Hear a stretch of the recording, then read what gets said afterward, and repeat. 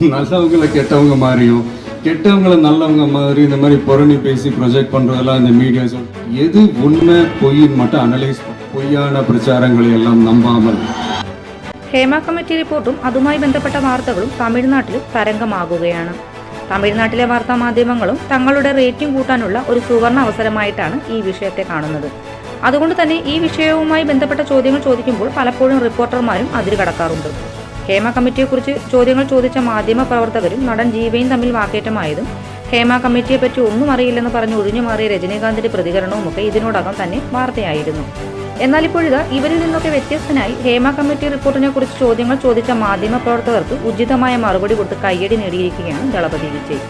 Hema committee report പുറത്തു വന്നതിന് ശേഷം നിവിൻ പോളി ഉൾപ്പെടെയുള്ള പ്രമുഖ താരങ്ങൾക്കെതിരെ ആരോപണങ്ങൾ ഉയർന്ന സാഹചര്യത്തിൽ തമിഴിലും ഇതുപോലെ ഒരു കമ്മിറ്റി വരുന്നതിനെക്കുറിച്ച് എന്താണ് വിജയുടെ അഭിപ്രായം എന്നായിരുന്നു ഒരു റിപ്പോർട്ടർ വിജയോട് ചോദിച്ച ചോദ്യം. അതിന് വിജയ് കൊടുത്ത മറുപടിയാണ് ഇപ്പോൾ സോഷ്യൽ മീഡിയയിൽ വൈറലാകുന്നത്. വിജയുടെ വാക്കുകൾ ഇങ്ങനെ: ഹേമ കമ്മിറ്റി പോലെ ഒരു സമിതി തമിഴ് സിനിമയിലും വരണമെന്നാണ് എന്റെ അഭിപ്രായം.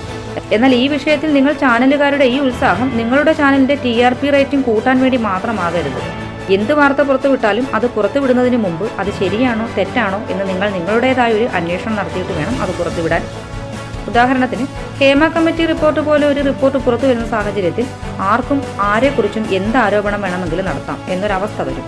അങ്ങനെ വരുന്ന ആരോപണങ്ങളിൽ ചില വ്യാജ ആരോപണങ്ങളും കാണാം. ഒരുപക്ഷെ നിരപരാധിയായ ആൾക്കെതിരെയാണ് ഒരു വ്യാജ ആരോപണം വരുന്നതെങ്കിൽ നിങ്ങൾ ആ വാർത്ത പുറത്തുവിട്ടാൽ അത് അദ്ദേഹത്തിന്റെ ജീവിതത്തിലും കുടുംബത്തിലും വരുത്തുന്ന മുറിവ് പിന്നീട് ഒരിക്കലും മായ്ക്കാനാകില്ല. ഒരു നല്ല വ്യക്തിയെ മോശക്കാരനായും ഒരു മോശക്കാരനായ വ്യക്തിയെ നല്ലവനായും ഒക്കെ ചിത്രീകരിക്കാൻ നിങ്ങൾ മാധ്യമങ്ങൾക്ക് വളരെ ഈസിയായി കഴിയും.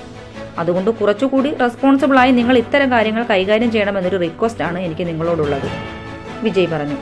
തന്റെ പുതിയ സിനിമയായ ഗോട്ടിന്റെ പ്രീ റിലീസ് ഇവന്റുമായി ബന്ധപ്പെട്ട് മാധ്യമങ്ങളുമായി സംസാരിക്കുകയായിരുന്നു വിജയ് പറഞ്ഞതിനോട് നിങ്ങൾ യോജിക്കുന്നുണ്ടോ? ഈ വിഷയത്തിൽ എന്താണ് നിങ്ങളുടെ അഭിപ്രായം? നിങ്ങളുടെ അഭിപ്രായം കമന്റിൽ രേഖപ്പെടുത്തുക. ഏറ്റവും പുതിയ സിനിമാ വാർത്തകൾ ആദ്യമേ അറിയാൻ ഈ ചാനൽ സബ്സ്ക്രൈബ് ചെയ്യുക. നന്ദി, നമസ്കാരം.